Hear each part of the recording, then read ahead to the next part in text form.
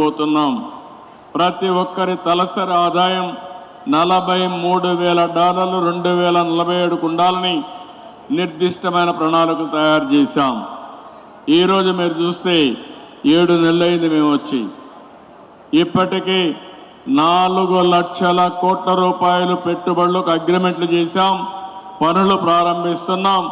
దీనివల్ల 4 లక్షల మందికి ఉపాధి కల్పించే అవకాశాలు వస్తాయి.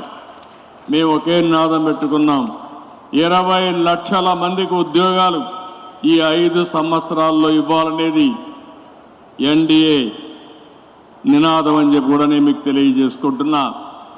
ఈరోజు అమరావతి దగ్గర 50,000 కోట్ల రూపాయలతో పనులు ప్రారంభించడానికి ముందుకెళ్తున్నాం. ఇది కూడా సెల్ఫ్ ఫైనాన్సింగ్ ప్రాజెక్ట్. ఇది నేను పదే చెప్తున్నాను. రైతులు ముందుకొచ్చారు. ప్రపంచంలో ఎక్కడా జరగని నూతన ప్రయోగం. హైదరాబాద్ అభివృద్ధి అయింది. హైదరాబాద్లో సైబరాబాద్ ఏరియాలో ప్రభుత్వ భూములు ఎక్కువ ఉండేటివి. ఆ ప్రభుత్వ భూములన్నీ కూడా సద్వినియోగం చేశాం, అభివృద్ధి చేశాం. ప్రైవేట్ వాళ్ళు కూడా బాగుపడే పరిస్థితికి వచ్చారు. ఎక్కడైతే రియల్ ఎస్టేట్ బాగా భూమి వస్తుందో అక్కడ సంపద సృష్టించే అవకాశాలు వస్తాయి. అదే ఈరోజు చూస్తే ఒక్క హైదరాబాద్ వల్ల తెలంగాణ రాష్ట్రానికి పర్ క్యాపిటల్ ఇన్కమ్ నెంబర్ 1గా చేయగలిగింది. భారతదేశంలో మొదటి రాష్ట్రం, తలసరి ఆదాయంలో ఎక్కువ ఉండే రాష్ట్రం తెలంగాణ రాష్ట్రం. దానికి కారణం హైదరాబాద్ నగరం. దానికి కూడా మీరు ఒకసారి చూస్తే ఇన్ఫర్మేషన్ టెక్నాలజీ కానీ, ఇంకో బయోటెక్నాలజీ కానీ, ఇంకో పక్క ఫార్మా కానీ, ఫైనాన్స్ కానీ అన్నీ కూడా తీసుకొచ్చి ఒక ఎకో సిస్టమ్ ఆ రోజు క్రియేట్ చేశాం. ఈరోజు హైదరాబాద్ నగరంలో ఔటర్ రింగ్ రోడ్ అనే ఒక అడ్వాంటేజ్ వచ్చింది. ఈరోజు ఇక్కడికి వచ్చినప్పుడు హైదరాబాద్ ఔటర్ రింగ్ రోడ్డు కంటే 183 కిలోమీటర్లు ఔటర్ రింగ్ రోడ్డు క్రియేట్ చేసి గుంటూరుకు అవతల ఔటర్ రింగ్ రోడ్డు వస్తుందంటే గుంటూరు కూడా అమరావతి లోపలనే వస్తుంది. ఈ 2 కూడా కలిసిపోయే అవకాశం ఉందని చెప్పి కూడా నేను మీకు తెలియజేస్తున్నా.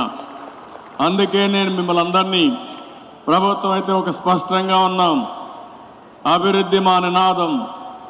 అభివృద్ధి చేశాం, చేసిన దాఖలాలు ఉన్నాయి.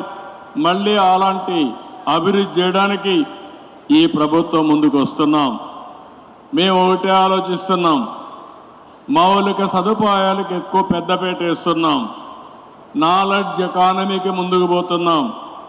ఈరోజు ఆంధ్రప్రదేశ్ రాష్ట్రాన్ని మీరు ఒక్కసారి చూస్తే తీర ప్రాంతం ఉంది, అనేక పోర్ట్లు వచ్చే అవకాశం ఉంది. భవిష్యత్తులో పోర్ట్ లెడ్ మ్యానుఫ్యాక్చరింగ్ ఎకానమీ వస్తే ఎకానమీ భూమి పరిస్థితి వస్తుంది. నిన్నటి వరకు రామాయంపట్నం చూశారు, మామూలు ప్రదేశం. ఈరోజు ఆ రామాయంపట్నంలో ఒక పోర్ట్ వస్తూ ఉంది. అదేవిధంగా బీపీసీఎల్ అయితే 70-80 వేల కోట్ల రూపాయలు పెట్టి రిఫైనరీ తీసుకొస్తున్నారు. వాళ్ళు వచ్చిన తర్వాత ఇంకా కొంతమంది వచ్చి భవిష్యత్తులో రామాయంపట్నం ఒక ఇండస్ట్రియల్ టౌన్షిప్గా తయారయ్యే పరిస్థితి వస్తుంది. ఎందుకు నేను ఈ మాట చెప్పానంటే ఆంధ్రప్రదేశ్ మొత్తం 1000 కిలోమీటర్లు తీర ప్రాంతం ఉంది. పోర్ట్లు డెవలప్ చేస్తే, మ్యానుఫ్యాక్చరింగ్ ప్రాధాన్యత ఇస్తే బ్రహ్మాండమైన అభివృద్ధి జరిగే పరిస్థితి వస్తుంది. ఒక 50,000 కోట్ల రూపాయలు నేషనల్ హైవేస్ వర్కులు జరుగుతున్నాయి. ఒక 60,000-70,000 కోట్ల రూపాయలు రైల్వే పనులు జరుగుతున్నాయి. ఈరోజు చెన్నై నుంచి కలకత్తా వరకు ఇప్పుండే డబుల్ లేన్ రైల్వే లైన్ని 4 లేన్స్ చేస్తున్నారు. ఇది కానీ జరిగితే లోకల్ ట్రైన్స్ అన్నీ వస్తాయి, కనెక్టివిటీ పెరుగుతుంది, లాజిస్టిక్స్ ఇంప్రూవ్ అయ్యే అవకాశం వస్తుంది. అదే సమయంలో మనం కానీ అమరావతి పూర్తి చేసుకుని నాలెడ్జ్ ఎకానమీలో కొత్తగా మీరు చూస్తే ఆంధ్రప్రదేశ్ని ఒక గ్రీన్ హైడ్రోజన్ హబ్గా తయారు చేసే పరిస్థితి వస్తుంది. ఇక్కడ సోలార్ ఎనర్జీ ఉంది,